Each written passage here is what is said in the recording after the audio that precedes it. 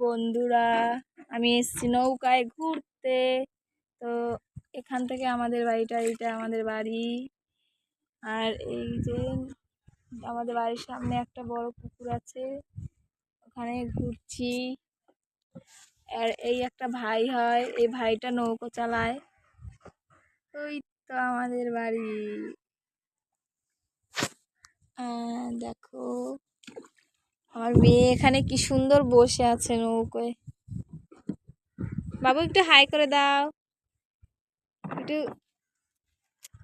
একটু স্মাইল। কত সুন্দর জায়গা আমাদের এখানে, দেখে পরাণ জুড়িয়ে যায়। এত সুন্দর জায়গা আমাদের এখানটা। তো অনেক অনেক লোক এখানে কখনো কখনো ঘুরতে আসে।